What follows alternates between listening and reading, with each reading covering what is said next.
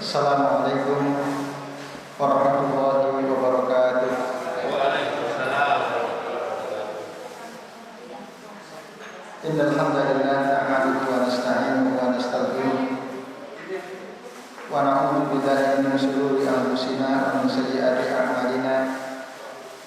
May yahdihillahu fala mudilla lahu wa may yudlil fala hadiya lahu. Asyhadu an la ilaha illallah wahdahu la syarika lahu wa asyhadu anna Muhammadan abduhu wa rasuluh. Allahumma shalli wa sallim wa barik ala Muhammad wa ala ali Muhammad kama shallaita wa barakta ala Ibrahim wa ala ali Ibrahim fil alamin innaka Hamidum Majid. Amma ba'du. Bapak-bapak dan ibu-ibu serta hadirin-hadirat sekalian, azan Allah wa iyyakum ajmain. Semoga kita semua yang hadir di sini senantiasa dimuliakan oleh Allah Subhanahu wa taala. Amin ya rabbal alamin. Alhamdulillah pada maghrib hari ini bersyariat atas izin Allah kita bisa bertemu kembali dalam kajian kitab Sahih Sunnah yang ditulis oleh Syekh Abu Malik Kamal bin Said Salim rahimahullah. Dan pembahasan kita pada malam hari ini masih membahas tentang kitab Al-Janaiz, kitab yang berkaitan dengan masalah jenazah.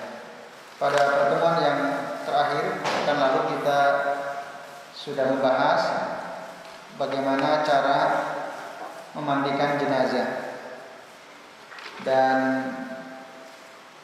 bagaimana jika rambut atau kuku jenazah masih panjang gitu ya. Apakah dicukur atau tidak? Jawabannya dicukur atau dipotong kukunya lalu kemudian dikuburkan bersama jenazah tersebut. Sampai itu ya kemarin ya. Ya, sekarang kita akan lanjut. Bapak sekalian, oh ya, ini kemarin kita udah bahas ini tentang bagaimana jika ada seorang wanita lalu di perut wanita itu ada janin. Si ibu meninggal dunia. Sementara anaknya, janin yang ada di dalam rahimnya, apakah dibiarkan atau dibelek? Kalau masih hidup dan diharapkan hidup maka boleh dibelek ya, atau disesar kalau zaman sekarang, dikeluarkan anaknya. Tapi seandainya kemungkinan hidupnya kecil atau bahkan mungkin sudah dinyatakan anaknya pun ikut mati, maka dikuburkan kedua-duanya. Dikuburkan, tidak perlu dikeluarkan. Cuma ada persoalan saya lihat, kemarin kami sempat singgung, para ulama mengatakan bahwa menguburkan jenazah seorang muslim itu harus di kuburan muslim juga. Jangan disatukan dengan jenazahnya orang kafir ya, dengan kuburan orang kafir. Apa Bu? Oh ya, kemarin ada pertanyaan kalau campur boleh atau tidak? Boleh ya. Bisa suami istri atau ada musibah seperti gempa ya, gempa dulu, sehingga buat kuburan massal dicampur di situ, itu tidak ada masalah, dibolehkan dan itu pernah terjadi. Jadi ada banyak sahabat Nabi ketika gugur dalam peperangan perang Uhud, banyak yang meninggal, itu ada sebagian ditumpuk. Nah itu tidak ada masalah. Nah Bapak sekalian, ada sedikit pembahasan penting. Bagaimana jika si ibunya ini kafirah, orang kafir? Apakah dia dikuburkan di kuburan orang kafir atau dikubur di kuburannya orang muslim? Ada pembahasan dari Syekhul Islam Ibnu Taimiyah rahimahullah. Jadi beliau menjelaskan setiap bayi itu ala fitratinnya, berdasarkan fitrahnya, yaitu mengakui akan keesaan Allah Azza wa Jalla. Dalam Al-Quran kan disebutkan, jadi setiap janin itu akan ditanya oleh Allah, qala alastu birabbikum, Allah bertanya apakah aku ini Tuhan kalian?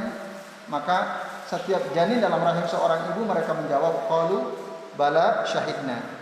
Mereka bilang nggih, kami bersaksi bahwa engkau adalah Tuhan kami. Jadi setiap orang pada dasarnya dia adalah seorang mukmin, seorang muslim. Nah maka jika ada anak masih dalam rahim ibunya lalu dikuburkan sementara ibunya orang kafir, berarti status ibunya adalah orang kafir, anaknya muslim. di mana dikuburkan. Nah, kalau dikuburkan di kuburan orang muslim tidak boleh karena ibunya kafir. Kalau dikuburkan di kuburan orang kafir, anaknya muslim. Nah, ini persoalan. Sementara para ulama mengatakan tidak boleh campur. Nah, akhirnya pendapat dari Syekhul Islam Ibnu Taimiyah rahimahullah, maka si ibu ini harus dikuburkan secara terpisah. Tidak di kuburan orang muslim, tidak pula di kuburan orang kafir. Karena tadi kubur di kuburan orang muslim, dia kafir. Kalau dikubur di kuburan orang kafir, anaknya muslim. Jadi terpisah. Jadi kalau ada tempat khusus. Dan bagaimana memposisikan? Nah, ini dibahas juga oleh para ulama. Seorang muslim itu dikubur, maka wajahnya harus menghadap ke arah kiblat. Sementara orang kafir tidak perlu, karena tidak ada aturan itu. Mereka kiblatnya bukan Ka'bah. Maka cara menguburkan jenazah wanita kafir yang anaknya masih ada di dalam rahimnya adalah yang dihadapkan ke arah kiblat itu adalah wajah putranya. Nah, menurut penjelasan para ulama, tentu saja berdasarkan riset gitu ya.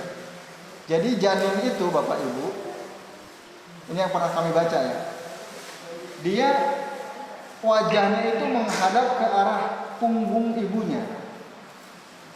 Jadi seorang wanita hamil, wajah janin itu tidak menghadap ke arah wajah ibunya, tapi ke belakang, berbalik. Nah, terbalik. Oleh karena itu saat menguburkan, maka wajah janin itulah yang diutamakan, diarahkan ke arah kiblat, sementara ibunya membelakangi kiblat. Dalam rangka tadi supaya seorang muslim yang ada di rahim si ibu itu tetap menghadap ke arah kiblat sebagaimana syariat dikuburkannya seorang muslim.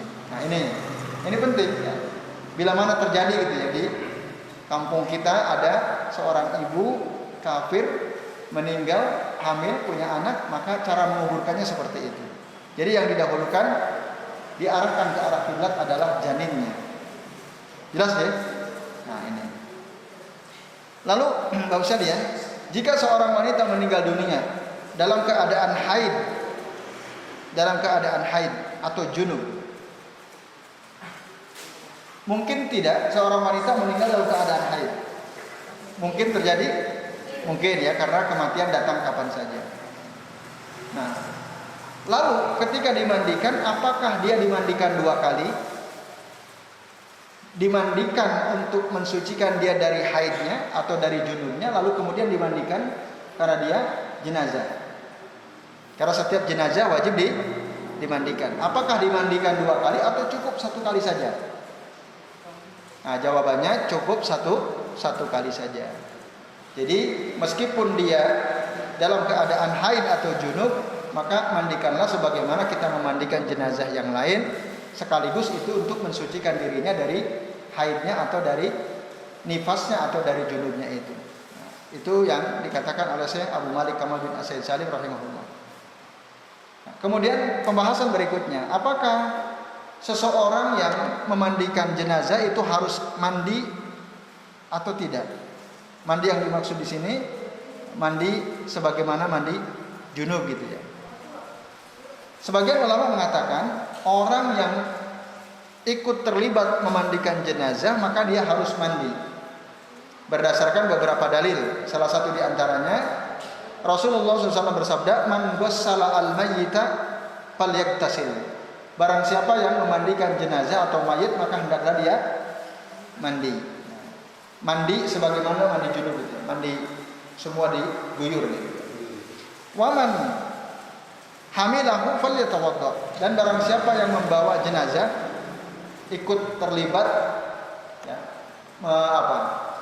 memikul, menggotong keranda jenazah, maka falyatawadda, hendaklah dia wudu. Maka berdasarkan hadis yang dikeluarkan oleh Imam Al-Baihaqi ini, para ulama mengatakan orang yang ikut terlibat memandikan mayit itu harus mandi dan ikut mikul jenazah itu harus wudu. Itu satu dalilnya. Lalu yang kedua, Aisyah radhiyallahu anha mengatakan anna Nabiya sallallahu alaihi wasallam qala, sesungguhnya Nabi sallallahu bersabda, kana yaktasilu min arba'in, afwan. Anna Nabiya sallallahu alaihi wasallam kana yaktasilu min arba'in. Sesungguhnya Nabi sallallahu alaihi wasallam beliau mandi dari 4 perkara. Yang pertama minal janabati. Rasulullah mandi karena junub. Yang kedua wa yaumal jumu'ati. Rasulullah mandi pada hari Jumat. Yang ketiga wa minal hijamati, setelah dibekam. Yang keempat wa ghuslil mayyiti, beliau mandi setelah memandikan mayit. Ini hadis akhrajahu Abu Daud. Bapak Ibu sekalian, dua dalil ini yang menjadi dasar sebagian ulama yang mengatakan mandi setelah memandikan jenazah itu. Tetapi sebagian lain mengatakan tidak harus mandi. Kenapa? Karena hadis ini dua-duanya dhaif. Yang pertama tadi hadisnya mudtarib itu goncang, ada banyak perbedaan redaksi. Yang kedua hadisnya dhaif. Bahkan Abu Daud sendiri selaku orang yang mengeluarkan hadis ini dalam kitabnya mengatakan dhaif. Ya. Maka dikatakan wadha'afahu. Abu Daud mendhaifkan hadis ini, wadha'afahu Al-Bukhari. Juga Al-Imam Al-Bukhari mendhaifkan hadis ini. Nah, ini Bapak Ibu dan hadirin sekalian, a'azanillahu wa iyyakum ajma'in. Nah, maka mereka mengatakan tidak harus mandi. Oh, tapi ada hadis hasan. Hasan itu derajatnya di atas hadis dhaif, di bawah hadis sahih, dan bisa jadi hujjah, bisa jadi dalil. Yaitu kisah kematian paman Rasulullah Abu Thalib, bapak dari Ali bin Abi Thalib radhiyallahu anhu.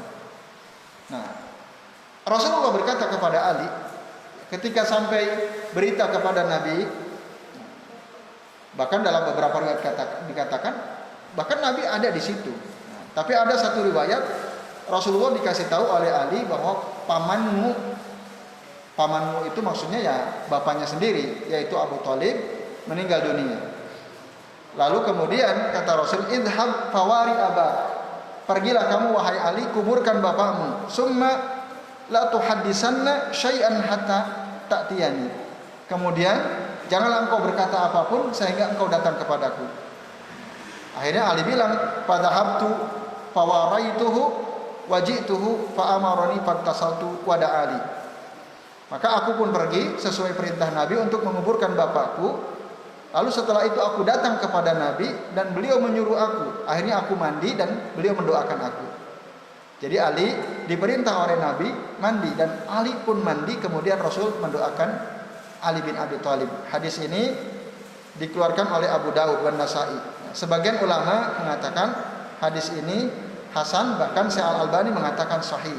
Nah, Bapak sekalian, ini dalil yang ketiga yang mengatakan bahwa orang yang memandikan jenazah itu harus mandi. Tetapi mari kita perhatikan apa yang tadi diceritakan oleh Ali.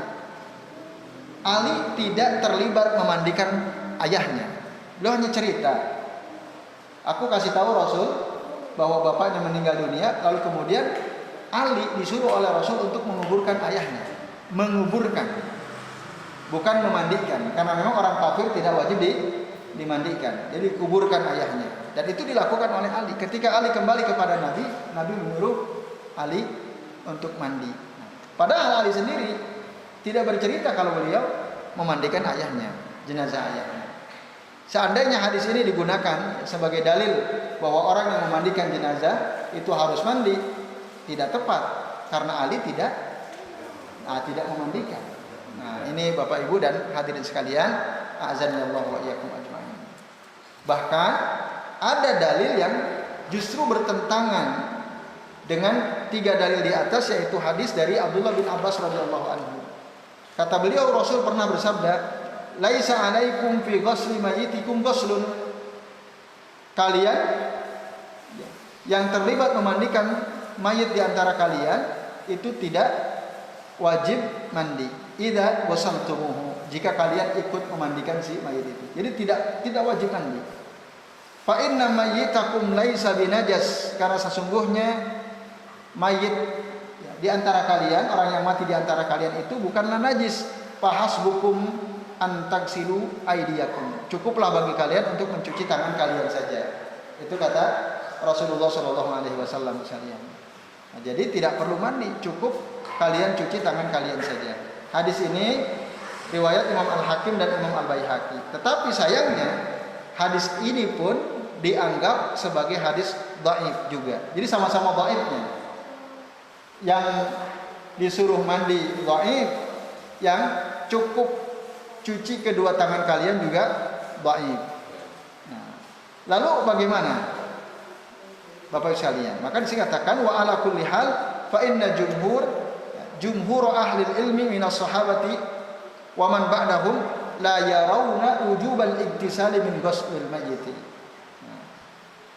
Mayoritas ulama dari kalangan sahabat dan yang datang setelahnya, ulama tabi'in, mereka memandang tidak wajib mandi setelah memandikan mayit. Wa innama yarawnahu mustahabban.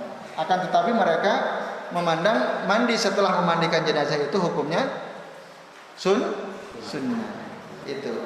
Jadi hukumnya sunnah, tidak wajib. Kalau mau mandi silakan, tapi seandainya tidak mandi tidak ada masalah Bapak sekalian. Ini saya kira penting ya. Karena beda nanti konsekuensinya. Kalau wajib harus tidak dilakukan berdosa. Tapi kalau sunnah dia melakukan ya dapat keutamaan, kalau tidak maka dia tidak berdosa. Dan memang secara akal mayit itu kan biasanya ketika dimandikan keluar kotorannya ya. Ya mungkin kencingnya atau beraknya misalnya. Dan sangat mungkin waktu seseorang memandikan jenazah kotoran si mayit itu mengenai dirinya. Nah itu karena kemungkinan besar orang yang memandikan kena kotoran si mayit, maka tidak ada masalah dia mandi. Nah, maka sunnah itu tadi hukumnya. Jadi ini bapak-bapak dan ibu-ibu serta hadirin sekalian. Kemudian pembahasan berikutnya, bagaimana kalau tidak ada air? Gimana kemarin? Kalau nggak ada air, maka ditayamumkan. Kalau memang kesulitan air atau kena air berbahaya, mungkin nggak ada jenazah kena air berbahaya. Mungkin ya, kena air malah berbau dan seterusnya, maka itu tidak perlu dimandikan, cukup ditayamumkan. Bagaimana cara tayamumnya? Sama sebagaimana kita tayamum ketika pengganti wudu atau tayamum pengganti mandi junub, yaitu hanya diusap wajah dan kedua telapak tangannya saja. Nah, itu cara mentayamumkan jenazah sama seperti kita bertayamum. Ini bapak-bapak dan ibu-ibu serta hadirin sekalian, azan ya Allah wa iyyakum. Nah, hadisnya Nabi bersabda, "Ju'ilat liyal ardu masjidan wa tahura idza lam najidil ma." Dijadikan untukku bumi sebagai masjid dan alat untuk bersuci jika kami tidak mendapatkan air. Maka tayamum itu maksudnya. Berdasarkan hadis ini para ulama mengatakan boleh mayit ditayamumi kalau tidak mendapatkan air. Nah, pembahasan terakhir terkait dengan masalah memandikan ini sekalian. Bagaimana jika ada jenazah sudah dikubur tapi belum sempat dimandikan padahal dia harus dimandikan. Nah, kan yang tidak dimandikan itu jelas orang yang meninggal dalam peperangan ya, di jalan Allah. Nah, terus anak kecil yang keguguran tapi belum sampai 4 bulan, itu tidak perlu dimandikan. Selain itu, maka mereka dimandikan. Nah, para ulama pada umumnya Imam Malik, Imam Syafi'i, Imam Ahmad, Daud Al-Zahiri, Ibnu Hazm, mereka mengatakan kalau ada jenazah dikubur belum sempat dimandikan maka harus digali. Harus digali lagi, dibongkar lagi. Untuk apa? Untuk dimandikan. Malam yataghayyar, selama belum berubah. Kira-kira ya kalau sudah sebulan 2 bulan itu berubah. Kira-kira jenazah itu Bapak Ibu mengalami perubahan setelah dikubur berapa hari? Ada yang pernah tahu? Ada yang utuh. Apa? Ada yang utuh. Ada yang utuh ya. Ada sebagian orang utuh ya. Nah, tapi pada umumnya mungkin sekitar 3 hari barangkali ya. Wallahu alam ya. Sudah. Nah, Berarti kalau sudah 3 hari ya sudah. Tapi kalau baru 1 hari misalnya dikuburkan tadi pagi, terus ada informasi sore atau siang, oh belum dimandikan, maka harus digali. Menggali jenazah itu hukumnya boleh jika ada sesuatu yang darurat. Dulu pernah Nabi menggali kuburan ya, karena ada masalah yang belum diselesaikan. Bapak sekalian, jadi pada umumnya para ulama mengatakan harus digali lagi, diselesaikan kewajibannya. Tapi ada memang sebagian ulama seperti Abu Hanifah rahimahullah beliau katakan la yajibu dzalika ba'da ihadati turab alaih.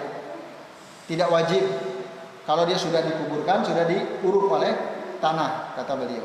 Tapi imam mazhab yang 3 mengatakan wajib. Jadi harus annahu yajibu nabsuhu li ghassala ma lam yataghayyar tadi. Wajib hukumnya digali lagi kuburannya selama belum ada perubahan. Nah, dalilnya Abu Sadian kata Jabir bin Abdullah radhiyallahu anhu, dulu Rasulullah SAW menggali lagi kuburan Abdullah bin Salul. Abdullah bin Salul itu siapa? Ra'sul munafiqin, pemimpin orang-orang munafik. Udah dikubur, tapi Rasulullah menyuruh untuk menggali lagi kuburan Abdullah bin Ubay bin Salul ini, karena ada satu hal yang belum diselesaikan. Apa itu? Rasulullah mau memakaikan baju beliau kepada Abdullah bin Ubay bin Salul. Ini penting. Jadi misalnya, kok kenapa sampai-sampai Rasulullah memakaikan baju beliau sendiri untuk jenazah yang jelas-jelas dia orang munafik? Rasul ngerti ini Rasul munafikin, pimpinan orang-orang munafik. Wa kana yubtinu adawatan Nabi sallallahu alaihi wasallam muslimin. Jelas sekali dia menyembunyikan permusuhannya kepada Nabi dan kaum muslimin. Tapi dia punya anak. Anaknya namanya Abdullah juga, Abdullah bin Ubay bin Salul. Anaknya ini orang saleh, sahabat Nabi, orang baik. Maka beliau meminta kepada Nabi ya, supaya jenazah bapaknya ini dipakaikan baju Rasulullah Shallallahu Alaihi Wasallam. Jadi memang putranya minta. Waqad talaba minan Nabi sallallahu alaihi wasallam ayul bisa abahu al-mayyita qamisahu alladhi yamassu jildahu. Jadi putranya datang kepada Nabi, ya Rasulullah, tolong pakaikan jenazah bapakku pakaian atau baju yang pernah menyentuh kulitmu ya Rasulullah. Liyakuna rahmatan ala abihi, supaya itu menjadi rahmat atas bapaknya. Dan Rasulullah mengikuti permintaan putranya ini. Itu satu alasannya. Alasan yang kedua, Bapak sekalian, karena dulu Abdullah bin Ubay bin Salul ini pernah memakaikan bajunya dia untuk Al-Abbas. Abbas itu paman Rasul sallallahu alaihi wasallam. Jadi dia punya satu kebaikan yang dia lakukan untuk pamanda Rasulullah yang bernama Al-Abbas radhiyallahu anhu. Jadi ketika Abbas meninggal dunia, itu dipakaikan kain baju dari Abdullah bin Ubay bin Salul. Nah, Rasul merasa ini hutang budi, harus dibalas. Jangan sampai ada kebaikan orang munafik tidak terbalas, harus diselesaikan. Nah, itu motif yang kedua kenapa Rasulullah memerintah untuk menggali lagi kuburan Abdullah bin Ubay bin Salul, Bapak sekalian. Nah, lalu bahkan putranya minta supaya bapaknya ini disolatkan. Nah, karena waktu dikuburkan Rasulullah belum menyolatkan. Digali lagi, lalu kemudian Rasul memakaikan bajunya beliau kepada Abdullah bin Ubay bin Salul. Lalu kata putra, "Washalli alaihi wastaghfir lahu." Ya Rasulullah, tolong solatkan beliau, bapak saya ini, dan tolong mohonkanlah ampun kepada Allah atas dosa-dosa beliau. Itu kata putranya.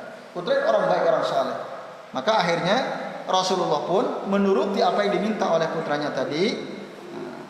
Tetapi falamma arada an yusalli alaihi jazabahu Umar bin Khattab radhiyallahu anhu. Ketika Rasul hendak menyolatkan Abdullah bin Ubay bin Salul ini, ditarik oleh Umar bin Khattab. Ditariklah Rasulullah SAW. Lalu apa kata Umar? Alaisallahu qad nahaka an tusalli 'alal munafiqin. Bukankah Allah telah melarang engkau wahai Rasulullah untuk menyolatkan jenazahnya orang-orang munafik? Allah melarang. Nah, lalu apa kata Rasul? Faqala ana baina khirayataini. Ana baina hiyarataini. Baina hiyaratain. Saya di antara dua pilihan kata Rasulullah. Yang pertama, ada dalil dalam surah At-Taubah ayat 80. Allah berfirman, "Istaghfir lahum aw la tastaghfir lahum." Kamu mohonkan ampun kepada Allah atas dosa-dosa orang munafik itu, atau kamu tidak mohonkan ampun untuk mereka? In tastaghfir lahum 70 marratan, bahkan meskipun engkau mohonkan ampun sebanyak 70 kali, 70 marrah. Jadi kita berdoa kepada Allah, Allahumma ighfir fulan bin fulan. Padahal dia orang munafik. Allahumma ighfir fulan bin fulan. Ya Allah ampuni dosa si fulan bin fulan. Dia orang munafik. 70 marrah, sampai 70 kali kita memohon ampun kepada Allah untuk jenazah orang munafik. Fala yaghfirullahu lahum. Allah tidak akan pernah mengampuni dosa orang-orang munafik. Artinya ini tidak dilarang. Mau didoakan silakan, tidak didoakan silakan. Tetapi seandainya engkau doakan, itu nggak ada pengaruhnya. Allah tidak akan pernah mengampuni dosa orang munafik. Itu yang disebutkan dalam surah At-Taubah ayat 80. Lalu Bapak sekalian, fasalla alaihi. Nabi pun akhirnya menyolatkan jenazah Abdullah bin Ubay bin Salul. Nah, setelah Rasulullah salat, lalu turunlah ayat berikutnya, yaitu ayat 84. Allah berfirman, wala tusalli ala ahadin minhum mata abada. Muhammad, janganlah sekali-kali engkau sholat kepada salah seorang dari mereka, orang-orang kafir atau orang munafik, nah, ketika mereka mati selama-lamanya. Jangan disolatin, jangan didoakan. Surah At-Taubah ayat 84. Nah, jadi asbabun nuzul turunnya surah At-Taubah ayat 84 karena waktu itu Rasulullah menyolatkan jenazahnya Abdullah bin Ubay bin Salul, seorang tokoh besar munafik. Setelah itu dilarang, dan setelah itu tidak boleh lagi. Nah, ini bapak-bapak dan ibu-ibu serta hadirin sekalian. Nah, maka dulu di Jakarta pernah ada fenomena para pendukung Ahok ketika mati tidak, nah ada larangan gitu ya, jangan menyolatkan orang munafik. Kenapa pendukung Ahok kok disebut munafik? Karena jelas ya, memilih pemimpin orang kafir dilarang dalam Al-Quran. Ayatnya kita semua sudah hafal ya. Ayat surah apa itu? Al-Maidah ayat 51 ya. Nah, itu. Maka siapa saja yang mendukung, bahkan jadi tim sukses misalnya, dia orang munafik. Dia mengatakan mulutnya beriman tapi dia tidak percaya kepada Quran. Maka ketika mati berdasarkan ayat ini tadi, wala tusalli ala ahadin minhum mata abadan. Jangan disolatkan. Walaupun mereka teriak-teriak, ya, mereka mencaci maki dan seterusnya. Dalilnya jelas bahwa orang munafik itu nggak perlu disolatkan. Kalau kita tahu dia betul-betul orang munafik, Bapak Ibu dan hadirin sekalian. Nah, itu. Ada memang beberapa jenazah yang Rasul tidak mau menyolatkan. Satu orang munafik, setelah ini ya, setelah turun surah At-Taubah ayat 84, kemudian orang yang punya hutang, sampai ada orang yang siap membayar hutangnya, itu Rasul nggak mau. Kata Rasul, li ala sahibikum, silakan kalian sholatkan tapi aku nggak mau menyolatkan. Terus orang yang melakukan gulul itu berkhianat. Ketika perang kaum muslimin menang, ada seorang sahabat, dia menyembunyikan manik-manik orang Yahudi yang harganya kira-kira 2 dirham, kata perawi hadis. 2 dirham itu enggak mahal, tapi dia sembunyikan, tidak dilaporkan kepada Nabi. Ketika mati, Rasul diminta, ya Rasulullah, salatkan si fulan ini. Kata Rasul, saya tidak mau menyalatkan dia. Kenapa? Karena ghalla fi sabilillah. Dia sudah melakukan perbuatan khianat dalam peperangan di jalan Allah. Para sahabat bingung. Akhirnya oleh mereka dicek barang bawaan si orang yang meninggal ini. Ternyata ditemukan manik-manik yang harganya kira-kira dirhamain ya, sekitar 2 dirham. Oh, ini sebabnya kenapa Rasul tidak mau menyolatkan. Maka siapa saja orang yang melakukan khianat dalam masalah harta, kalau sekarang mungkin orang korupsi lah. Orang korupsi itu kan sama, itu korupsi kecil, cuma 2 dirham. Tapi Rasul tidak mau menyolatkan. Nah kalau korupsinya ratusan juta, miliaran, maka tidak perlu disolatkan. Nah ini penting. Yang ketiga, orang yang bunuh diri, membunuh dirinya sendiri. Jadi ketika disampaikan kepada Rasul, ya Rasulullah, si fulan sudah meninggal dunia. Bagaimana cara dia meninggal dunia? Dia membunuh dirinya sendiri dengan mata tombak yang lebar. Itu kata istrinya sendiri. Lalu ya Rasul sholatkan, kata Rasul tidak. Saya tidak mau menyolatkan orang ini. Nah, itu orang yang bunuh diri tidak disolatkan oleh Nabi SAW. Lalu pertanyaannya, apakah kita boleh tidak menyolatkan orang-orang tadi? Orang bunuh diri, orang yang korupsi, atau apa tadi? Orang yang punya hutangnya. Bapak Ibu dan hadirin sekalian, para ulama menjelaskan, kalau kedudukan kita sebagai tokoh, sebagaimana ketokohan Nabi SAW, kita tokoh, misalnya ketua takmir atau ketua RT, ya, atau tokoh masyarakat, maka sebaiknya mereka mengikuti Rasul. Jangan menyolatkan orang yang tadi disebutkan, ya, yaitu orang munafik, orang yang membunuh dirinya sendiri, orang yang punya hutang tidak mau dibayar, dan orang yang apa tadi? Bunuh diri, punya hutang, khianat, korupsi tadi ya. Kalau Bapak Ibu tokoh masyarakat, maka sebaiknya mengikuti sunnah Rasul, tidak perlu menyolatkan. Sebagai pelajaran kepada masyarakat bahwa ini orang jelek. Tapi kalau kita rakyat biasa, masyarakat biasa, bagaimana misalnya? Para ulama mengatakan, kalau masyarakat biasa sebaiknya tetap menyolatkan. Kenapa? Karena Rasul bilang kepada para sahabat, ketika Rasul tidak mau menyolatkan, bagaimana ini? Lalu ya Rasulullah, sallu ala sahibikum, silahkan kalian sholat untuk teman kalian ini, silahkan kalian sholat. Rasul mempersilahkan para sahabat untuk menyolatkan orang yang tadi punya hutang, orang yang melakukan khianat dalam masalah harta atau korupsi, silahkan. Tapi aku tidak mau, Rasul tidak mau menyolatkan. Nah, Bapak sekalian, jadi jelas ya hukumnya.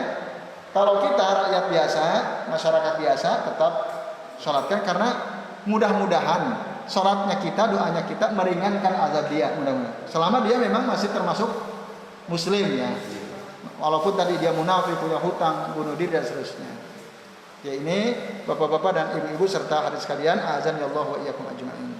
Nah, maka dalil-dalil ini tadi menjelaskan bahwa hukum menggali kuburan, mengeluarkan kembali jenazah yang sudah dikubur, itu tidak ada masalah, boleh.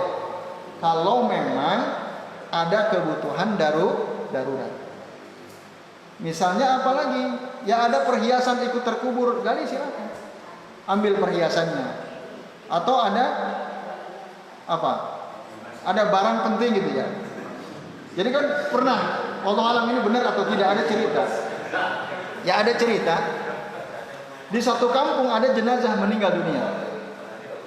Nah, setelah dikuburkan itu, selalu terdengar suara azan dari, padahal ini orang-orang jelek, maksudnya perilakunya jelek, banyak berbuat dosa. Tapi setiap kali waktu sholat, orang lewat ke situ terdengar suara azan. Lalu orang, wah ini kenapa kok selalu ada azan? Bukankah ini orang buruk? Ada sesuatu yang ajaib gitu ya. Nah akhirnya Bapak sekalian, orang pada penasaran, apakah dia udah dikubur mati suka azan atau gimana? Lalu ternyata setelah digali ada handphone ketinggalan. Handphone ketinggalan, yang waktu sholat azannya bunyi. Wallahu a'lam, itu benar atau tidak ya? Ada cerita orang katanya seperti itu.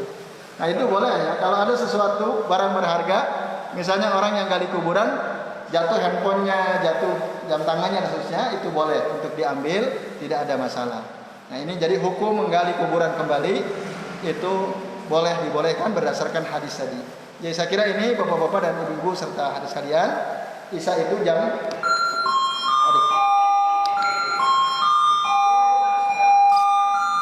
biarin aja. Ya, monggo barangkali ada di antara bapak ibu yang mau bertanya, kami silakan. Ya silakan Pak Heri. Ini kasus Pak. Ya. Teman-teman kecelakaan parah. Ya. hancur. Rumah sakit Nah, dia dibawa pulang tidak boleh dibuka. Itu memandikan karena ah, guna kan. iya. Ya, terima kasih Pak Heru. Ya, Sorry, Pak. ya, monggo. Kalau yang menguburkan secara COVID itu di plastik itu gimana? Gimana? Yang menguburkan jenazah plastik secara COVID itu ada ya? Oh ya. Ya, baik. Itu bagaimana hukumnya, boleh atau tidak gitu ya? Justru apa kayak aku itu. Ya, Bapak Ibu dan adik sekalian, azan ya Allah wa iyyakum ajmain. Oh, masih ada Pak Heru, monggo. Yang nggak pernah sholat Pak. Nggak pernah sholat gitu ya? Ya. Kita Islam. KTP-nya Islam tapi nggak pernah sholat, jelas gitu ya. Terus mati, apakah disolatkan atau tidak? Ya, baik, terima kasih Pak Heru. Apa Bu? Non Islam, non Muslim. Ya.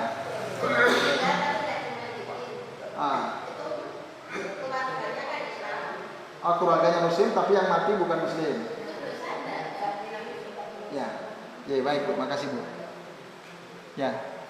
Baik, yang pertama Bapak sekalian dari pertanyaan Pak Heru tadi apa tadi? Oh, kecelakaan ya. Kecelakaan misalnya tertabrak kereta, tabrakan hancur gitu ya. Tubuhnya hancur. Ini persis sama, saya punya teman jamaah aktif kajian di Kaliurang, bahkan beliau inisiator kajian di Kaliurang ya. Pak Jaya, semoga Allah merahmati beliau. Beliau meninggal dunia tertabrak kereta api hari Jumat. Pas mau nyebrang tertabrak, itu hancur. Bahkan ada sebagian dagingnya itu nempel di kereta sampai ke lempuyangan. Ya orang gitu ya. Saya kaget juga waktu dengar. Alhamdulillah saya sempat takziah ke rumah beliau ya. Nah, itu dibawa dalam keadaan sudah dalam peti dan tidak boleh dibuka karena hancur. Saya tanya dimandikan, tidak. Nah, karena udah hancur. Apakah boleh tidak memandikan orang yang jenazahnya sudah hancur? Nah, tadi disebutkan, jadi kalau enggak ada air atau berbahaya kena air, maka boleh tidak dimandikan. Terus tadi kan tayamum ya, tayamum. Lah kalau hancur berantakan gimana ditayamumkan? Nah, jadi kalau memang keadaan jenazah itu hancur berantakan secara fisik, maka itu dibolehkan meskipun tidak dimandikan atau tidak ditayamumkan. Yaitu Pak Heru ya. Kalau memang betul-betul jenazahnya hancur berantakan, karena tidak mungkin. Nah, lalu yang kedua, COVID itu bagaimana dibungkus ya? Bungkusnya kardus. Waktu Batam itu rapat gitu. Sangat rapat pakai plastik dan seterusnya. Apakah itu boleh? Kalau ditanya dalilnya nggak ada. Dalilnya nanti insya Allah kita akan bahas tentang cara mengkafani mayit ya. Aduh. Ya. Nah, kalau kita merujuk kepada dalil-dalil yang ada, itu dikafani, ya, dikafani. Tidak dibungkus pakai plastik yang sangat rapat seperti itu. Nah, wallahu taala alam. Apakah itu boleh atau tidak? Ada banyak orang yang dia nggak mau keluarganya diperlakukan seperti itu. Tapi katanya itu protokol COVID ya yang harus dilakukan. Nah, ini yang kita tidak paham. Apakah kalau tidak seperti itu kan akan berbahaya atau tidak untuk orang lain? Seandainya memang ada madarat, jika tidak diperlakukan seperti itu, maka tentu saja boleh. Karena ada kaidah yang berbunyi darul mafasid muqaddamun ala jalbil masalih. Meninggalkan kerusakan harus lebih didahulukan daripada mengambil kemaslahatan. Seandainya memang berdasarkan riset sangat berbahaya dan itu terbukti, boleh, tidak ada masalah. Kaidahnya tadi, darul mafasid muqaddamun ala jalbil masalih. Wallahu taala a'lam. Kemudian kalau dia nggak pernah sholat, orang yang nggak pernah sholat itu ya, jelas perbuatan besar. Bahkan Rasul mengatakan al-ahdu bainana wa bainal kufri tarkus shalah. Perjanjian antara kami dengan kekafiran itu adalah meninggalkan sholat. Jadi orang yang meninggalkan sholat dengan sengaja, maka dia itu dianggap kafir menurut penjelasan sebagian ulama. Tinggal nanti tergantung apakah dia meninggalkan sholatnya karena dia mengingkari kewajiban sholat, Kalau dia mengingkari kewajiban sholat, jelas kafir. Karena sholat diwajibkan, aqimus sholat, wajib. Kok dia mengingkari, enggak, sholat enggak wajib, maka dia kafir. Tapi kalau dia meyakini sholat itu wajib, cuman dia malas enggak sholat. Kamu kok enggak sholat? Kamu enggak sholat wajib? Ya saya paham sholat wajib, tapi saya malas sholat misalnya. Maka itu hukumnya orang fasik. Tahu yang benar tapi dia tidak melakukan perintah itu.